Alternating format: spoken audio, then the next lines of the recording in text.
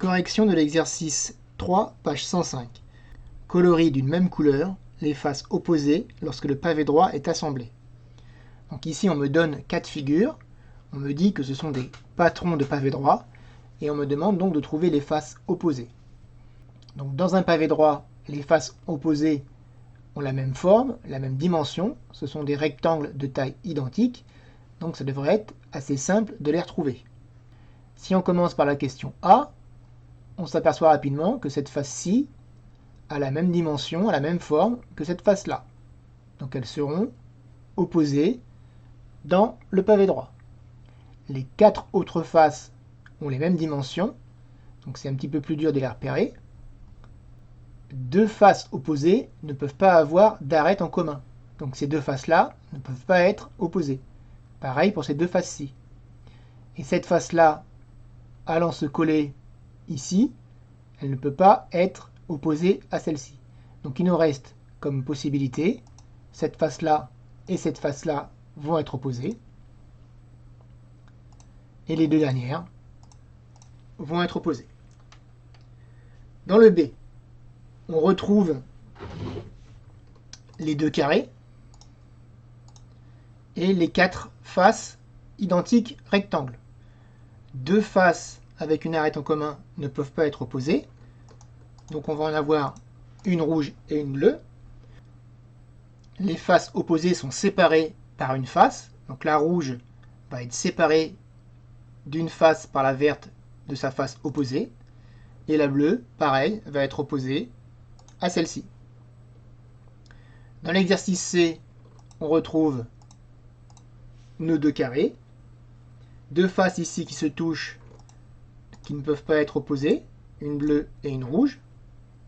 Ensuite, cette rouge va venir se coller ici, donc celle-ci va être bleue, et donc celle-ci va être rouge. Dans le D, toujours nos 2 carrés, une face bleue ici, avec une face rouge des 2 côtés, et enfin une face bleue ici. Donc cet exercice est beaucoup plus compliqué si toutes les faces ont la même dimension comme dans l'exercice 1. On va essayer de faire la même chose et de se demander où sont les faces opposées dans les patrons des cubes de l'exercice 1. Alors je vous rappelle que cette figure n'était pas un patron de cube, celle-ci non plus, et celle-ci non plus.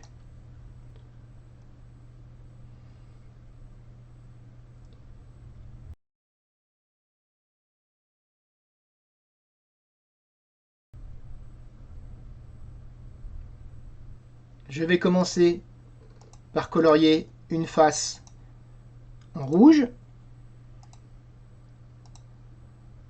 et une face à côté en vert, puisque celle qui est à côté ne peut pas être opposée. Maintenant, il faut rajouter la face rouge et la face verte opposées et complétées par les 2 faces bleues. Donc dans le patron classique, on a la face verte ici, la face rouge ici et les 2 faces bleues ici.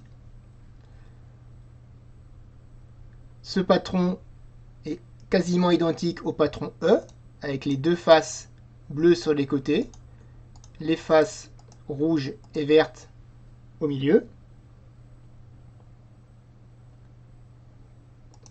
Ici, j'ai une face rouge. Ici, j'ai une face qui touche la face rouge et qui touche la face verte. Donc elle peut être que bleue. Cette face-là touche la rouge et la bleue, elle ne peut être que verte. Et donc ici, j'ai la face bleue. Pareil ici, cette face-là ne peut être que bleue. Et ici, cette face-là ne peut être que bleue. Cherchons maintenant où sont les faces opposées. Face opposée de la verte ne peut pas être là. Elle ne peut pas être là non plus parce qu'elle touche via cette arête. Donc elle va être ici. La face opposée de la bleue ne peut pas être ici puisqu'elle touche ici. Donc elle va être là. Et la face opposée de la rouge vient finir. Le patron du H ressemble au patron du A et du E. On aurait pu mettre les deux faces bleues sur les côtés.